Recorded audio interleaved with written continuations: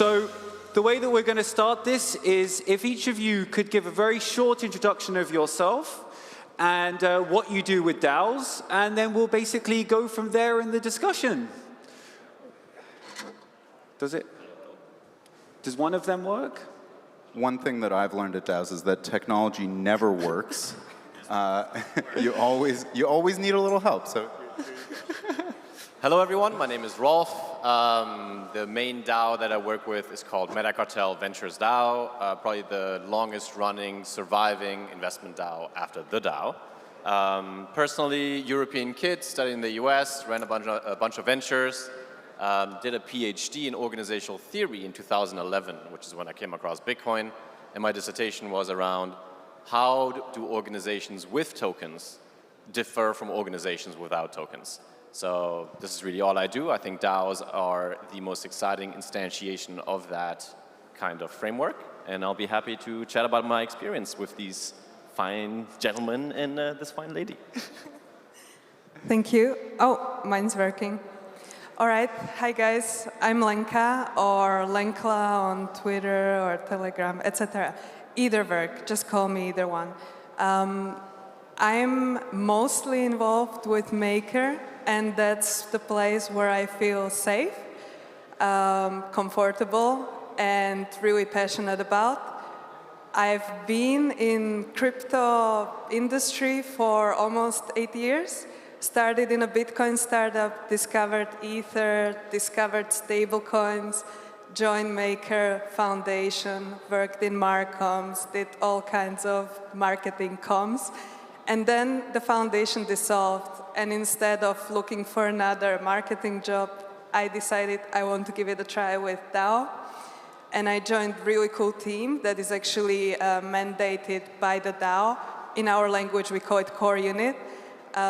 We're focusing on scaling the ecosystem around Maker protocol. And it's a lot of exciting work. And I get to do project management there. We did exciting research on decentralized workforce. We have a gigantic survey on developer research, so happy to share any links after. And now we're building a transparency dashboard for the ecosystem so that we can have better data-driven decision-making based on some insights. So I'm quite new to this DAO part, but I'm really diving into it. Anything about onboarding and educating and DAOs is exciting. And maybe you have noticed I have a couple of people around here with camera. So I'm also making sure that Danish radio and television gets to learn about crypto. I brought them to Devconnect, so I hope everyone will learn something about this crazy community we are here. So yeah, sorry for a long intro. You don't need to apologize. I think that's one of the great things about the work that we're doing is that we don't really need to apologize. And I like what you... Not sorry. I like what you said about how you feel safe in your current community. I see that as like one of my primary goals for our members is making Developer DAO a place that feels like home. So I'm Ryan. I go by Ryan Coordinator. I work with Developer DAO. And if you haven't heard about Developer DAO, it's okay. It's still early days. We're not as big of a deal, but that's all right. Give us a couple of years. We train Web3 builders, and we build public goods, and we train builders of public goods. So we're pretty focused. You should join us if you want to get into Web3 or you care about public goods. So I think my title is operations lead, but coordinator is more accurate. I make sure that I collect context and I share it because the space is just crazy and there's a million different things going on all at once. And the most important thing I do is I host our vibes call every day where new people come in and they say, this is really scary and confusing, and why has Discord got so many channels? And I say, like, yeah, it's like always like that, just like get used to being confused. And I help them find projects and mentors and peers and help them feel at home. And if we can all help each other out and find a way to feel at home, then we'll be able to build a better world, which is what I'm all about. And I hope I addressed the question. I'm done. For a better world, for sure. Nice. Yeah, for those of you who haven't seen my talk, I'm Andrej. I built a design studio over the last 3 years that's focused on Web3. And to the outside, it looks like an actual design studio, so it has a very high quality standard of work. But on the inside, it resembles these principles that we kind of try to see from what we call DAOs at the moment. So everybody's an independent contractor, everything is project-based, and everybody feels like part of a nice community. And yeah, I also always like, it's really delightful to see people I know from online and then meet them in real life, which we met before. Cool. And you're doing a little bit of work with Developer DAO now, right? Yeah, right. Well, yeah. How much shilling are we allowed to do? We get like Well, 30 now seconds. we're going to get into it. So I think that is where, Rolf, I'd like to start with you, going into the question of, DAOs have been around for quite a while now, a couple of years, and more recently there's been a huge explosion of DAOs. So where do you think DAOs are at today? And maybe you can look at it from an investment perspective, and then we'll go through. Yeah, where are DAOs today? I think we're probably at the beginning of DAOs really exploding. So I think what we've seen in the last 2-3 months is when you look at the numbers of new DAOs being created, every week there's probably hundreds of them, right? There's a number of platforms who make it easier. DAO House is one of them. Syndicate DAO, in particular for investment DAOs, is another one. There are other ones that haven't really launched, but are somehow onboarding a lot of people. I'm not going to name names. I don't know about those, but I think DAOs are really coming from a moment of youth into a moment of adolescence, and everyone's trying to figure out like what's really different about DAOs, right? So I think at this point in time, we really have to articulate what is a DAO and what is not a DAO, and I think people are not fully clear about that. I think that's an opportunity, right? So there's a tremendous amount of experimentation happening. Not a lot of people know what is happening. People are very confused when they join community calls. Other people are moving fluidly in and out of organizations, which ties in with what Andrej was saying very well. But I think, so that's where we are today, right? In terms of where DAOs are going, I obviously think that DAOs are going to be much, much bigger than NFTs. I think DAOs are the way to productively organize around these assets that we represent on-chain. So what we've really done over the last few years is how do we represent things on-chain? There's tokens, there's different token standards, and there's things like real estate, and there's things like collective illusions, like Bitcoin, which is great, and things like Ethereum, but we don't really know how to organize around that, right? We've organized in a very technical sense. How do we run nodes and different types of nodes, but we haven't figured out how to produce organizations. And I think that's where we're going next, and figuring that out is a humongous opportunity. Lenka? Yes, that was a really cool introduction. I agree a lot. A couple of points I want to make is that I believe, like, maybe you saw this T-shirt. We are also guilty of it. We have a Just DAO It T-shirt at Maker. And I would say, yes, a lot of people just want to DAO it, but I want to add a little font there, DAO responsibly, because if you just want to DAO for the sake DAOing, it's just the same blockchain, everything stamp. So we're at the stage where we're figuring it out. I'm still very happy to see a lot of old-timers in the DAO space. I also feel like I'm one of the boomer DAO, you can call it, and I'm also very happy to see that a lot of tools and resources and technology supporting DAOs have been developed since, because when Maker needed it, there were no tools, we had to build our own, so I'm really happy to see that. But I also want to warn against just having a multi-sig and a snapshot and no real vision. Agree, we cannot come up with a definition what DAO is yet, because we're still forming it. So yeah, this is still a journey where we're figuring out where exactly DAOs go. And yeah, I don't know how many years in a row, this is the year of DAO, so let's see how much of a year of a DAO 2023 is going to be. But we're definitely making strides forward, and I believe this will be big because it's a novel way to coordinate, to achieve some goal. And it's really, really exciting and interesting. So yeah, just to add a couple things. One question, you mentioned the transparency dashboard that you're now making. Like, how did that conversation come about? Because MakerDAO's been around for a long time now, so I'm surprised to hear it's only coming. Yes.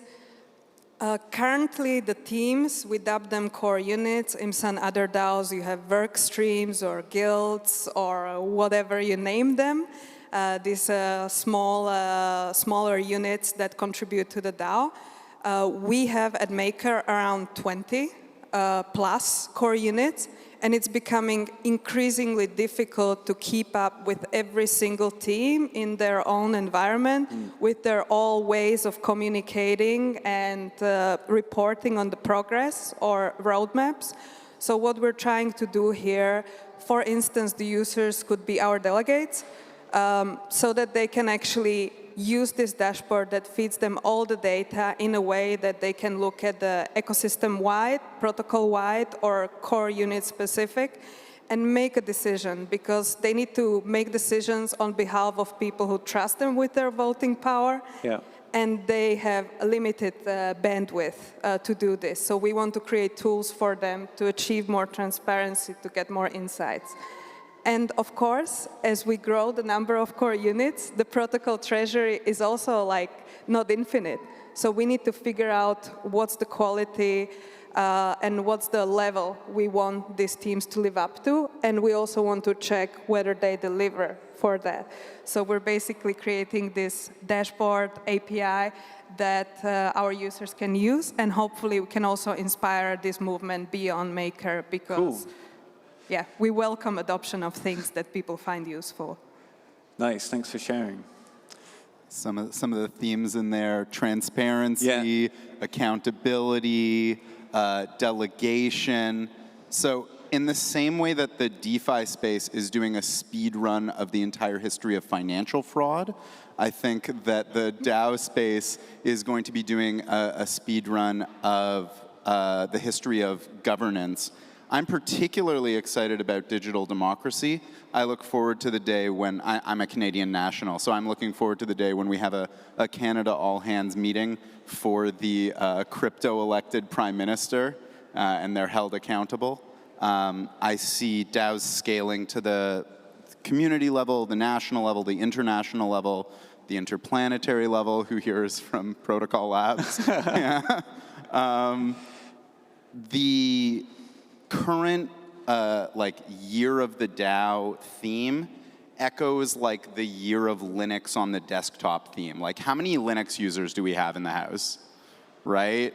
Okay, how many years in a row has it been the year of Linux on the desktop? I think it's going to be the same thing with DAOs. But one thing that I really like to see is that successful DAOs are spinning off sub-DAOs. And I think that that is really exciting, and empowering them to continue to participate at those different scales, getting the tooling right for that is something that I'm really excited to see, because when my block is able to coordinate with my city and my province and my nation, I think we're going to unlock a lot of very interesting potential. So that's where I see DAOs going. Nice. Yeah, I think I definitely agree. I think we're still, though, in something like a Wild West of DAOs, where we're kind of experimenting a lot with things. Yeah, well, still alive. And I also wanted to kind of refer back to what Ralph said, because I think it's a very valuable point, that organizations need to, well, they exist because they revolve around solving a particular problem, or producing very specific value. And that is still often, or at least in my experience, and I've been obviously also involved in kind of designing products, designing organizations, and I see that there's always this drive to experiment with tools and the things that we have at hand, but not necessarily in order to solve a particular problem. So that's kind of where I think we're at right now, where just people are trying a lot of things out. But it goes closer, I think, through the economic crisis. It will weed out a lot of the kind of less significant projects and kind of really solidify the use case of a DAO. But yeah, I think that's like where it's still like, the thing is, everything is still like maturating. So a lot of the tools and infrastructure is still not quite there yet. It's like, there is a lot of bugs. Like most of the organizations are very fragile. A lot of really big mistakes happen, like hacks or even like developers overpromising something for months and then it just doesn't happen. And like the entire project just like fails because one person said, yeah, I can do that. And yeah, but I'm very, very excited about the future of DAOs because the ability that I can see like people coordinating and like especially when I meet people from deep work, like we had a retreat the other month, like 3 weeks ago, that was completely self-organized. So it was an autonomous project. Nobody told anyone to do it. People organized and in real life, and their way to organize in real life resembled so closely this extremely structured way of organizing online. It was just remarkable. Like it was extremely focused on like people just being really independent in what they want to do and solve problems together, negotiate, and yeah, it was just, it makes me really excited of what that would look like if we actually start seeing society slowly build up these principles. Yeah. I think that's the most exciting thing where this is going to go. You said also like a nation in a way, right, with the DAOs. So Rolf said earlier that DAOs are going to be valued more than NFTs. So I made a poll. So I'd love as many people of you to vote because maybe to prove him right or prove him wrong. We'll see. With a poll. With a poll. The poll is going to prove him right or wrong. Well, we'll see what the audience thinks. I actually think, so based off of this, I'm very interested in hearing from our panelists, you know, maybe what is the best thing about DAOs that you've experienced, very, very short, but also what's the worst thing about DAOs that you've experienced? Any of you can go first for this. Wow. From the heart. What's the best things about DAOs? I think it's the ability to find like-minded people. And I think the mechanism for why that is so is that before you were geographically constrained. So if I'm in Amsterdam, I live here, where are my friends? How do I meet people? It's simply going to be geographically constrained, right? Now it's like via the internet, which is one, but now, unlike before, where you have money at stake, people don't just talk anymore. They have to put their money where the mouth is, right? And they have to do that over the internet. And that becomes a very useful way of filtering people that you interact with. So to make it really simple, the most useful thing has been finding amazing friends. Doesn't mean I didn't have friends before, but you know, now I have more friends. That's number one. Number two, is I think what's great about DAOs, and even though we're in the experimentation phase today, at the individual level, you're able to build a history of things that you cannot build otherwise. And this is why you should participate today as opposed to in a year. And what I mean is this. Some of the actions that you're taking will be tokenized and put on chain. Why? Because instead of sending a CV that's a 2-page PDF with where you have worked, the future CV will be the things that you have done, right? So you haven't worked in a $2 billion acquisition project with some kind of company that no one knows what you actually did, but we will actually know the very actions that you've taken. Some of it through structures like Andrej was outlining on his PowerPoint. The second thing is not just the actions that you've taken, but it's also the value of the outcomes of those actions, right? And now it's not just a single boss that determines that, but through mechanisms like Coordinate, which aren't perfect, but you know, there's a way for people that you work with in a DAO to say, how valuable were you? Over the last 2 weeks, how much value did you actually deliver? And that's a socially assigned value, and you can build a history of that over time, right? And if you start in a year, you miss out on a year's worth of value that will remain hidden from everyone unless you participate today in DAOs. So the great thing is about DAOs, build a bunch of friends and show how valuable you actually are, because no one knows. There's no bad things about DAOs. We have to power through this question quickly. So worst thing, best thing. Follow your heart. Okay. Well, a lot of really cool points have been made.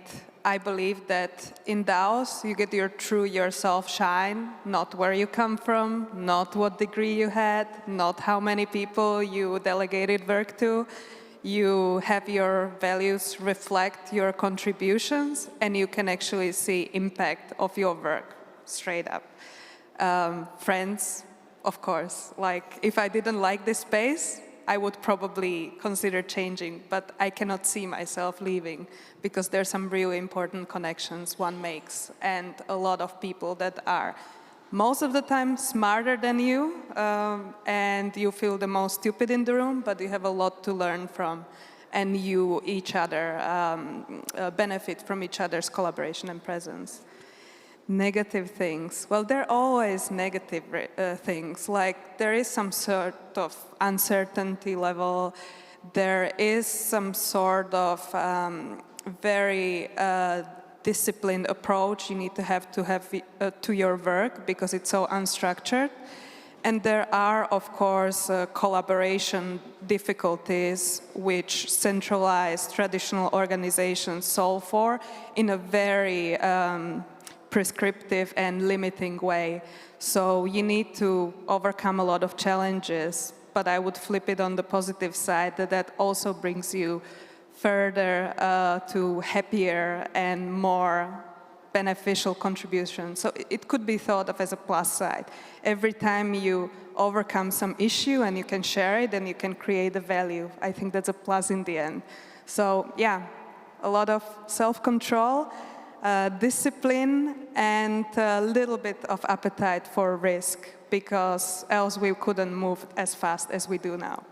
Cool. Risk, yes. Lots of risk. Risk of working through lunch, working through your weekends. And Easter. The best thing about DAOs, like, we're talking about friends, and like, yes, I've made some amazing friends, but it goes beyond friends for me. It's like changed lives, improved lives. People join Developer DAO and they're like, I don't know where to start. And I get a chance to help them and connect them with friends. And then in a couple weeks, they're saying, I got the highest paying job I've ever gotten, and it makes a huge difference to me and my family. I'm like, that's awesome, you know? We're throwing parties around the world, and we're flying people out of their home countries for the first time ever. In ETHDay, we had something like 10 members who had never left their home country, but they got to fly out of their home country, and not just to go on a tourist thing, but to go to a crypto conference. Like, for me, it's a really big deal that I can say with a straight face, like, we're changing lives. Like, I feel really good about it. Woo. Hey, oh, we're getting some clapping. You get socks. You get merch. Make sure, find me at the back. I have like 80 pair of socks. The socks and the merch are a nice touch, but the actually changing lives is what gets me up in the morning. Nice. Yeah. I agree with everything that you have said, so I can keep myself short. I think, to expand on what you said, I think relationships and friendships are focused around doing things together, and or they form through doing things together and then exchanging kind of how you feel and then helping each other grow. And for the first time in history, we can kind of do that on a planetary scale. Like, and it's a cliche word, but yeah, we can scale that up, and I think it's a good thing. I think it helps humanity solve really big problems on a global scale. I also think that's a good thing. But I also think that it can also be a bad thing, because as we've seen with how information is distributed over social networks, and can be something that can be detrimental or even spark wars in places, I think there's a huge kind of danger in that with the distribution of value and distribution of labor. I kind of think so, and it also depends on how we develop tools and how we govern about like the technologies that we evolve, how we involve AI into these whole systems. So these things can really go, I think, in a bad place if there's some kind of mistake that happens and someone like writes the wrong type of code and then that like weaponizes the civilization to kill itself. But your friends are there for a code review. You said cliche. There was a cliche that I should have said when I had my turn. It's that the technology comes and goes, but the real treasure is the friends we make along the way. Oh, beautiful. Cool. Well, look, we have 10 minutes left, and I actually want to focus on the audience questions. So please upvote and all of that, and I will ask a question, and if one of you can maybe volunteer and take that question, and then we'll do it that way. So the first question from Anonymous is, how much of a DAO do you think should be on-chain? You said almost everything. And how much should be off-chain? It depends. In the microphone. It depends what you're trying to accomplish. Yeah, it does. I think the exact amount is not clear, but some amount is clear, meaning if there's nothing on-chain, I have trouble to see how it's a DAO. So to me, we're interested in DAOs because there's something new about it that emerged right now, right? And there's a fundamental technology that's linked to it, which is this consensus-making distributed architecture. And so if there's nothing related to an organization that is on-chain, to me, it's not really a DAO, number one. Number two, I think there's many very established organizations now that are trying to do some kind of DAO experiment. As long as that DAO component that is on-chain is not core to the organization, then it's not a DAO, right? So there's really two things I want to say. I don't know how much needs to be on-chain. Something must be on-chain, and that which is on-chain must be core to the organization for it to be a DAO. Cool. Thanks a lot. I have something to add, because I believe that DAOs should not be only defined what is on-chain and off-chain. Of course, like in terms of governance, it doesn't make sense to put every single vote for on-chain voting. So there should be a kind of balance between that. But also, like, to me, I'm maybe completely like destroying the question, but the social element is very important. It's not just the code on a blockchain, it's the people too. And you cannot, you can have them online, but they're real people, they're real tangible assets inside. So it's very important to think of, does it have a community? Does it have these people around it that actually make sure that it's functioning and it's not just something you deploy and leave out to die? I feel like I need to respond. So I agree with that. In fact, some people technically define Bitcoin as a DAO, and intuitively that sounds kind of weird, right? Because I don't know if there's a lot of people stuff involved in it. So I think I would agree with you that there needs to be people. So in other words, it's not sufficient to have something on-chain that's central, but it's necessary.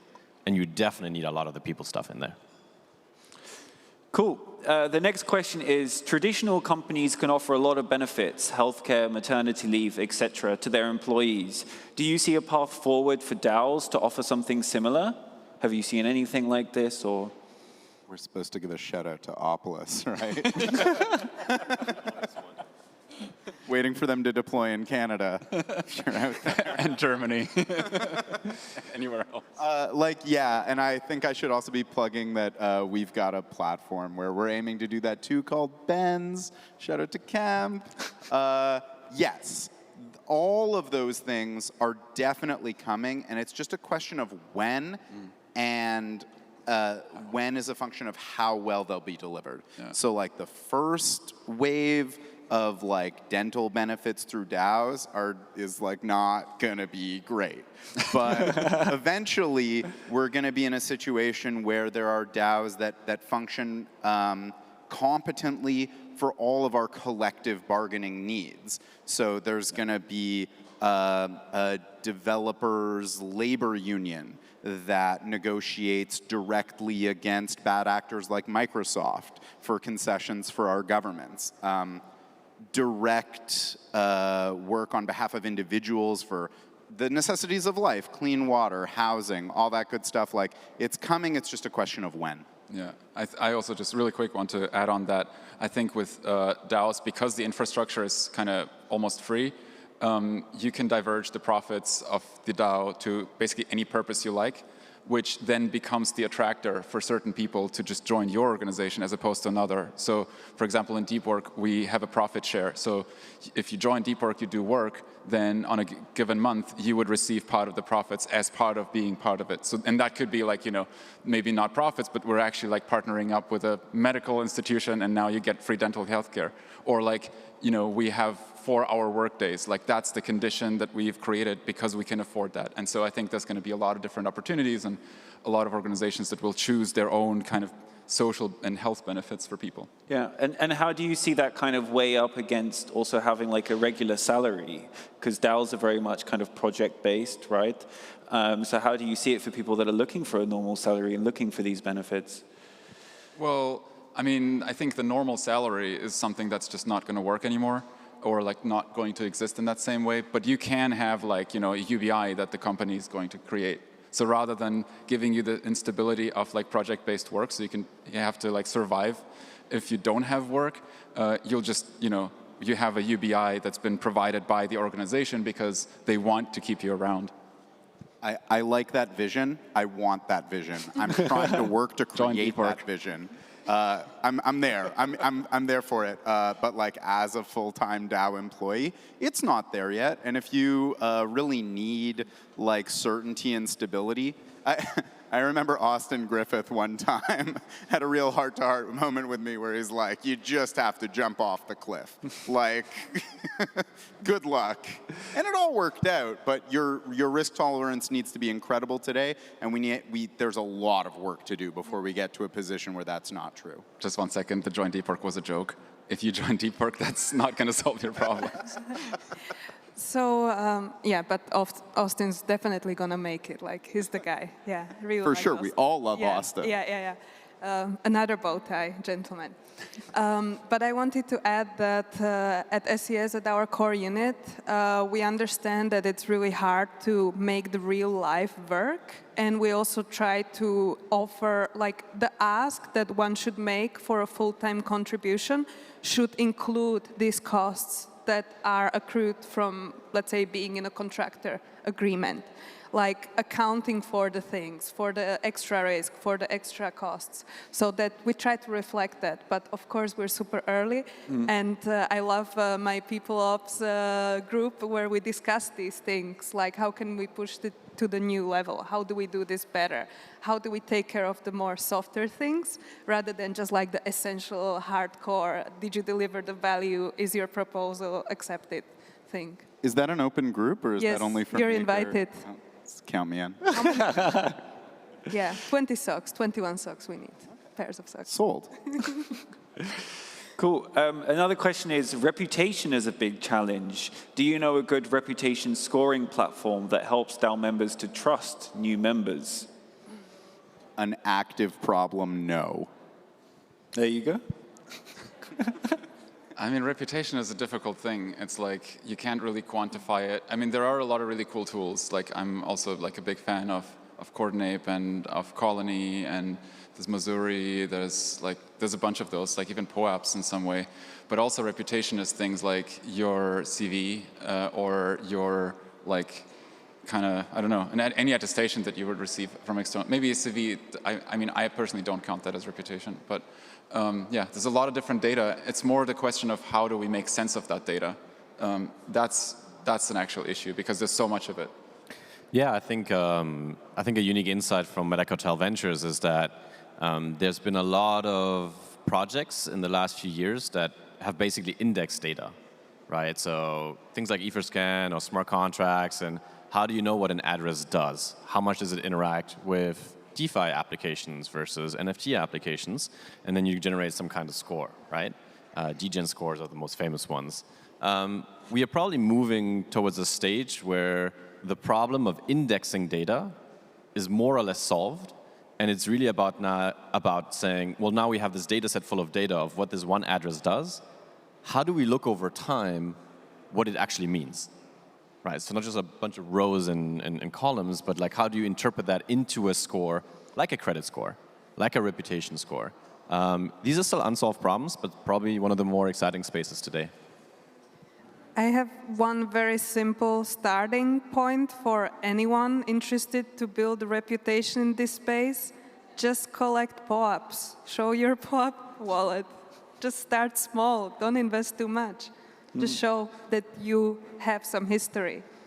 Git POAP can also help now that we're also shelling projects. And read science fiction. Read Cory Doctorow. Make sure you don't build dystopias. Read Charlie Strauss. Read Accelerando. The first chapter happens here. So, you know, don't just read the news. It's bad for you. Well, there's one last question, which Ryan maybe is for you. What about DAOs to manage a country? Is that possible? Yes. Yes. Can you expand just a little bit on your vision of how you see where we are today? I think hopefully that can inspire everyone here. Sure. So I'm a democratically elected leader in our DAO, and so he says. Well, look. Let's without diving too deeply into it, the process could be better. Liquid democracy, better delegation tools, these are very, very active. And so would I trust a nation state that decided to use crypto tooling to elect their prime minister today? Go get them. Give it a shot, but it's not there yet. But once we get the fundamentals of democratic tooling in place, the secret ballot, we're definitely on the way to getting there. Liquid delegation, liquid representation, being able to select the realms for your representatives. Today, as a voter, I choose a representative and they represent my interests in all spheres. But it's ridiculous to me that I would trust the same person to rule on health policy and on intellectual property policy. It's nonsense. So we're very far away from it, but once we get to a place where our interests can be represented, I think that absolutely it can scale to a national and international level. I like sociocracy as a model. That's how I build, at least, that's how I build organizations right now. It's too difficult to explain in 2 words, but you can read up on that. It's just kind of a good mix of democratic systems and something that still have autonomous teams. What's it called Could you say it again, yeah? Sociocracy. Sociocracy. Crazy. Well, we'll finish on that. Sociocracy, everyone. I can't even say it myself. Could we all please give a round of applause to our panelists? We hope you enjoyed it. Thanks, Thank everyone. you. Thank you.